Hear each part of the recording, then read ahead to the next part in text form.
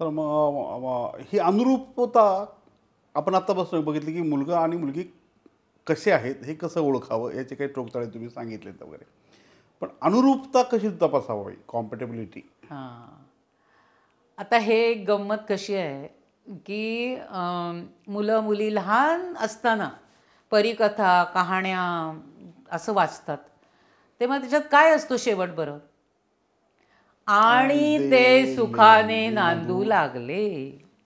म्हणजे संस्कार तेव्हापासूनच मुलांवरती होतात की सगळं काही गोड गोड होणार आहे लग्नानंतर.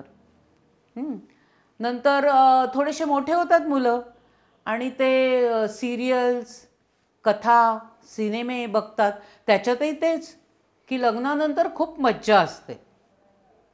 लग्न म्हणजे एक दुजे के लिए, लग्न म्हणजे खूप छान सजावट, मेहंदी, दागिने, कपडे. म्हणजे गंमत अशी आहे की एका दिवसाच्या लग्नासाठी जितकी तयारी केली जाते, म्हणजे त्याचं काय म्हणता येईल त्याला, मेनू काय असावा, कपडे काय घालावे, कोणत्या कपड्यावर कोणते कॉस्ट्यूम घालावेत, मेहंदी कशी असावी, सजावट कशी असावी.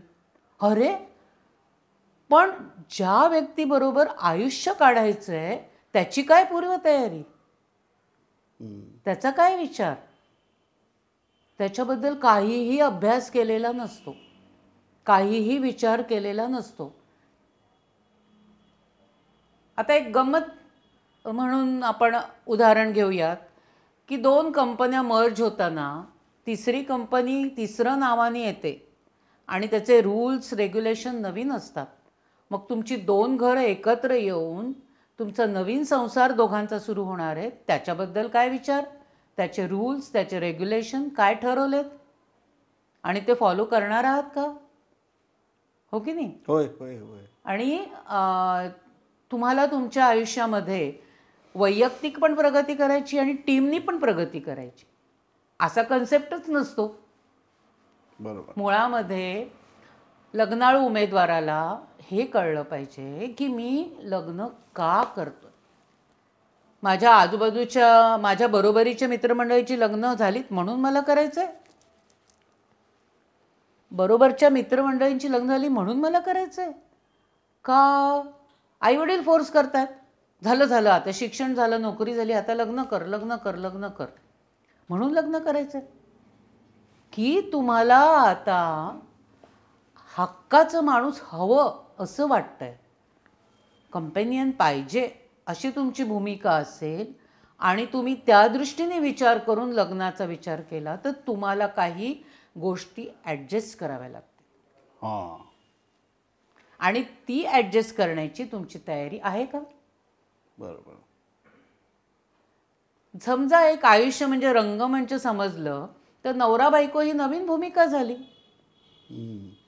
तुम्ही कुमार कुमारीतून नवरा बायकोच्या भूमिकेत जाताना त्या भूमिकेचा अभ्यास नको करायला, त्या भूमिकेत कसं वागायचं ते नको ठरवायला.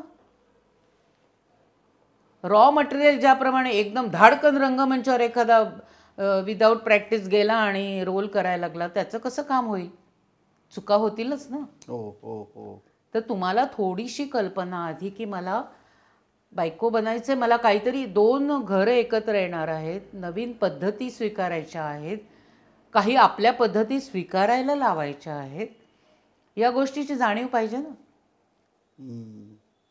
सगळंच बदलतं, एका कुंडीतली तुळस काढून दुसऱ्या कुंडीत लावल्यासारखं आहे. खाणं पिणं झोपणं हे ते. एक गंमत म्हणून हे देते की एका मुलाला एक मुलगी म्हणाली की मी तर माझं सगळं सोडून येणार आहे तुझ्याकडे, माझी उशी, माझा पलंग, माझं राहणं, माझं खाणं पिणं, माझे आईवडील, माझं घर, तुझं काय. तेव्हा त्या मुलाने असं छान उत्तर दिलं. तो म्हटला, अरे बापरे, म्हणजे एक स्ट्रेंजर माझ्या घरात कायमसाठी राहायला येणार आहे. म्हणजे तो त्याच्या दृष्टीने पण, म्हणजे प्रत्येक जोडीदारांनी म्हणजे लग्नाळू उमेदवारांनी हे लक्षात घेतलं पाहिजे की जसं मी नवीन आहे तसं माझा होणारा पार्टनर पण नवीन आहे. तो चुकेल मी पण चुकेल, तो गोंधळेल मी पण गोंधळेल, तो घाबरेल मी पण घाबरेल, तर प्रत्येक गोष्टीसाठी वेळ द्यायला पाहिजे, काही गोष्टी ठरवून करायला पाहिजेत. खरंय खरं. त्या जर तुम्ही करू शकलात, म्हणजे इवन प्रेमविवाह असू दे किंवा नियोजित अरेंज केलेला मॅरेज असू दे, ते सक्सेसफुल असेलच असं सांगता येत नाही. जसं तुम्ही लहानपणी ऐकलं तसं लग्न म्हणजे मजा आहेच, लग्न म्हणजे आनंद आहेच, पण तुमचं लग्न हे आनंदाने झालं तर तुमचं लग्न आनंदात. वा वा. हो की नाही? की लग्न आनंदात करण्यासाठी तुमच्या पूर्वतयारीला तुम्ही वेळ द्या आणि तुमची कोर्टशिप जी असते त्याच्यात थोडंसं वेळ ठेवा. साखरपुडा झाल्यानंतर लग्न जमेपर्यंत वेळ द्या. एकमेकाशी बोला, पण इतकंही बोलू नका की काहीतरी बोलण्यावरूनच पक्क पकडून ठेवेल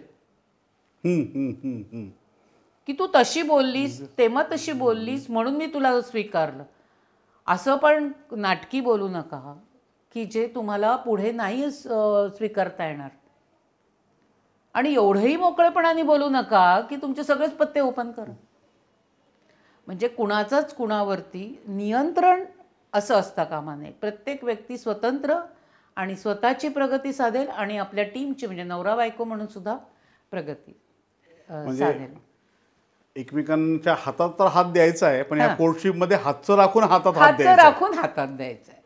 ह्या गोष्टी जर तुम्हाला कळल्या, म्हणजे बरंच असं आहे की दोरीवर चालणारी मुलगी असते ना, कसरत करणारी, तसंच थोडंसं समजा तुम्ही. इकडेही झुकायचं नाहीये, तिकडेही झुकायचं नाहीये, सासरीही झुकायचं नाहीये, माहेरीही झुकायचं नाहीये. दोन्हीचा तोल तुम्हाला सांभाळायचा आहे.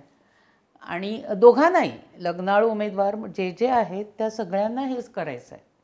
शुभविवाहाची गुरुकिल्ली TSTS आपलं चॅनल. थोडं साधं, थोडं सोपं.